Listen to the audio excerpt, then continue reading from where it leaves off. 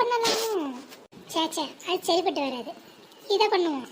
பேசாம மளிகை கடையில் வேலை பார்த்துருவோமா? பேசாம பீடி திரிக்க போயிடுவோம். என்ன பண்ணாலும் 10 நாள்ல 10,000 ரூபா கொஞ்சம் கஷ்டம்தான். அவசரப்பட்ட வார்த்தையை விட்டுட்டியோமா? என்ன பண்றது? சித்தி, திவ்யாமா, வா வா, என் கூட கல்லாங்க விளையாட வரீங்களா? அதுக்கு என்ன உமா, உன் கவனத்தை சிதற விடாத. 10 நாள்ல 10,000 சம்பாதிக்கன்னு சவால் விட்டுருக்க. இப்படி விளையாட்டுன்னு போன எல்லா சவாலும் நாசமா போயிடும். நீ தீவிரமா அதே சிந்தனையில இரு. சித்தி, என்ன தனியா யோசிக்கிறீங்க? திவ்யாமா, இன்னைக்கு நீ போய் விளையாடு, நான் நாளைக்கு வந்து விளையாடுறேன். நீங்க வருவீங்கன்னு ஆசையா வந்தேன் சித்தி. உங்களுக்கு கல்யாணம் பிடிக்குமே? பிடிக்குங்க. ஏதாவது சித்தி ஒரு முக்கியமான யோசனையில இருக்கேன், அதனால இன்னைக்கு வர முடியாது, இன்னொரு நாள் வரேன். சரி, நான் தனியாகவே போய் விளையாண்டுக்கிறேன். நம்ம தீவிரமா யோசிப்போம். நம்ம தனியாகவே கல்லாங்க விளையாண்டுக்கலாம். யாரும் வேணாம். நல்ல உருண்டைக்கெல்லாம் பொறுக்குவோம். இங்க இருக்குமோ இவன் என்ன புதருக்குள்ள எதையோ தேடிட்டு கிடக்கா? என்ன தோடு கொலுசு எதுவும் காணுமா? புதருக்குள்ள என்ன தேடிட்டு இருக்க? புள்ளெல்லாம் நகர்த்தி எதோ தேடிட்டு இருக்க மாதிரி தெரியுது. அதெல்லாம் ஒன்றும் இல்லை, நான் கல் எடுக்கேன் கல்லாங்க விளையாட. ஏண்டி இப்படி உட்காந்து விளையாடுற விளையாடுறியே? ஓடியாடி விளையாடுற விளையாட மாட்டேன். ஏற்கனவே என்னென்ன உட்காந்து தின்னு அமைக்க வச்ச அப்பளாச்சாரியார் மாதிரி இருக்க. என்ன சொன்ன? ஆமா, உண்மையதானே சொன்னேன். ஆளை பாத்தியா? பரபர சைஸ் பெருத்துக்கிட்டே போகுது. ஓடியாடி விளையாடு. உன் வயசு பிள்ளைங்களும் ஓடியாடி விளையாடும். நீ தான் பல்லாங்குழி, கல்லாங்க, தாயம், பரமபதம்னு உட்காந்தே விளையாண்டுட்டு இருக்க. ஓடியாடி விளையாண்டாதானே உடம்பு குறையும். நீ ஒல்லியா இருக்கிற திமிர்ற பேசுறியோ? நான் ஒல்லியா இருக்கேன்னு பேசிக்கிட்டி. நீ நல்லா குண்டோத்திரி மண்டோத்திரி மாதிரி இருக்குல்ல, அதான் சொன்னேன். நான் ஒன்றும் குண்டாலாம் இல்லை, கொஞ்சம் பூசினாப்புல இருக்கேன், அம்பிட்டு தான். முதல்ல கண்ணாடியை பாரு. 2 இட்லி சாப்பிட்றத குறை பேச வந்துட்டேன். ஐயோ பூசினாப்புல இருக்காங்க. நான் இன்னையிலேருந்து எக்ஸசைஸ் பண்ணி உடம்பை இழைச்சி காட்டலை. என் பேர் திவ்யா. 1 2 3. என்ன இவன் வீட்டு வாசல்ல நின்றுக்கிட்டு ஏதோ குரங்கு வித்த காட்டிக்கிட்டு கிடக்கா? அடி திவ்யா, திவ்யா, என்னை யாரும் டிஸ்டர்ப் பண்ணாதீங்க, நான் எக்ஸசைஸ் செய்ய போறேன். 6. என்ன எக்ஸசைஸ் செய்யறாரா?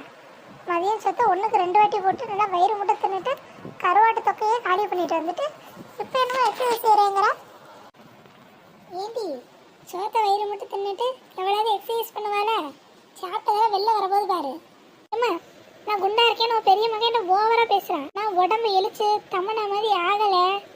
என் பேரு திவ்யா இல்லை. அதெல்லாம் சரிதான், அதுக்கு காலங்காலத்தில் எந்திரிச்சு பண்ணணும். அதை விட்டுட்டு சாப்பிட்டுட்டு நல்லா தூங்குற நேரத்தில் வந்து ஆடிட்டு இருக்கான். இப்படி பண்ணா உடம்பு குறையாதுடி. வாந்தி தான் எடுப்பேன், பார்த்துக்க. சரி, அதெல்லாம் கிடக்கட்டும். உங்க சித்தி எங்கேயா பார்த்தியா? ஆமா, சித்தி பின்னாடி படத்தடியில் உட்காந்துருக்காங்க. அவன் அங்கே என்ன பண்றா? மல்லூஸ், அது நத்தாத்தி ஒத்த ரசம் வாங்க. என்ன இந்த பக்கம்? ஏக்கா, எல்லாம் உங்களை பார்க்கத்தான். வாங்க வாங்க, சாப்பிட்டீங்களா? அதெல்லாம் ஆச்சுக்கா.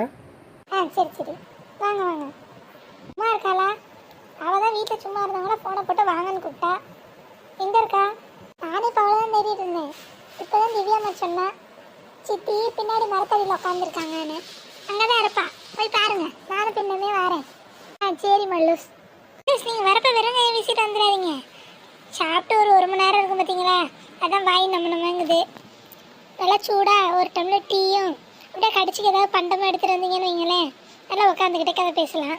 அதுக்கு என்னடி, நான் எடுத்துகிட்டு வரேன். நீங்கள் 2 பேரும் முன்னே போங்க, பின்னாடியே நான் காப்பி போட்டு எடுத்துகிட்டு வரேன். மல்லூஸ்னா மல்லூஸா எப்படி கிள்ளிட்டு போகிறேன்? மல்லூஸ், கடிச்சு கண்ணெல்லாம் காரச்சாரமாக அதை எடுத்துகிட்டு வாங்க. சரி சரி. அடி, நான் காஃபி போட்டு மரத்தடிக்கு போக போகிறேன். நீ சும்மா இந்த வெயிலில் கிடந்து கருத்து போயிடாத, அப்புறம் காக்கா மாதிரி ஆயிடுவேன். சொல்லிட்டேன். கேட்காத வெயிலில் பயிற்சி செய்கிறான், பயிற்சி. அவன் என்னன்னா நம்மள அமுக்கி வச்சா அப்பளாச்சாரியான்னு சொல்கிறா. இந்த அம்மா என்னன்னா வெயிலில் நின்று காக்கா மாதிரி ஆயிடாதுங்குது. நம்மளை பார்த்தா இவங்களுக்கு எப்படி தெரியுது? ஒரு சின்ன பிள்ளையை இப்படியா மனசுல கிடைக்கிறது?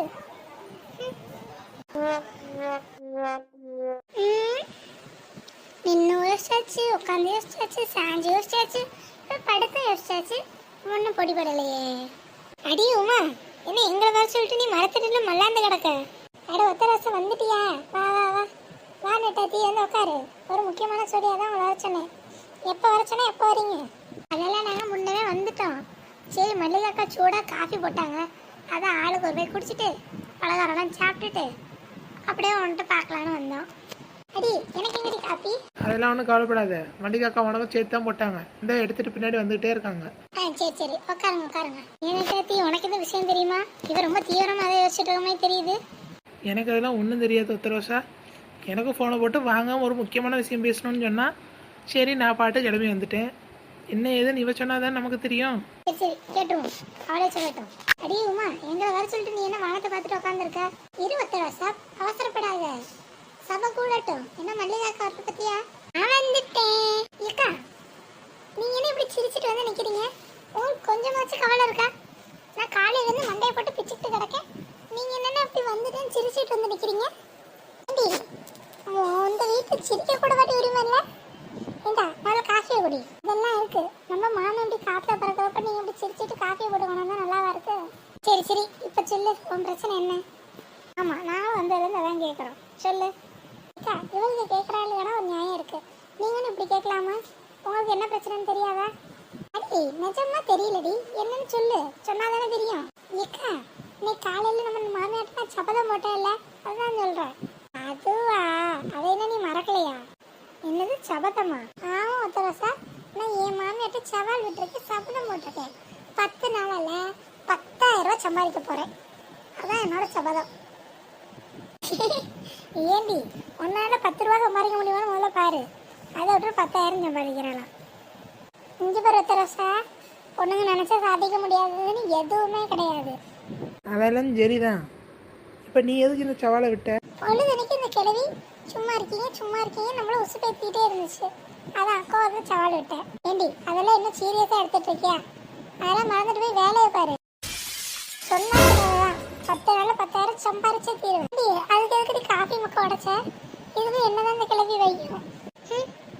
நான் வாங்கி தர 10,000த்துல ஒரு காஃபி மக்கு கூட வாங்க முடியாது. நான் போட்ட சபதத்தை நிறைவேற்றிய காட்டுறோம். ஏண்டி சபதத்தை நீ போட்டுட்டு என்னையும் சேர்த்துக்கிற?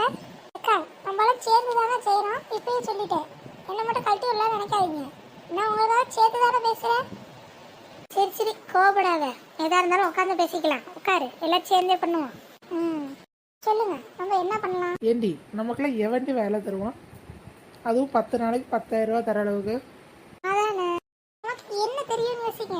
எதுக்கு அடுத்தவன் வேலைக்கு போனோம், நம்மளே தொழில் தொடங்குவோம். ஆமா நமக்கு என்னத்து தெரியும், ஆக்கவும் அரிக்கவும் தெரியும், வேற என்ன தெரியும்?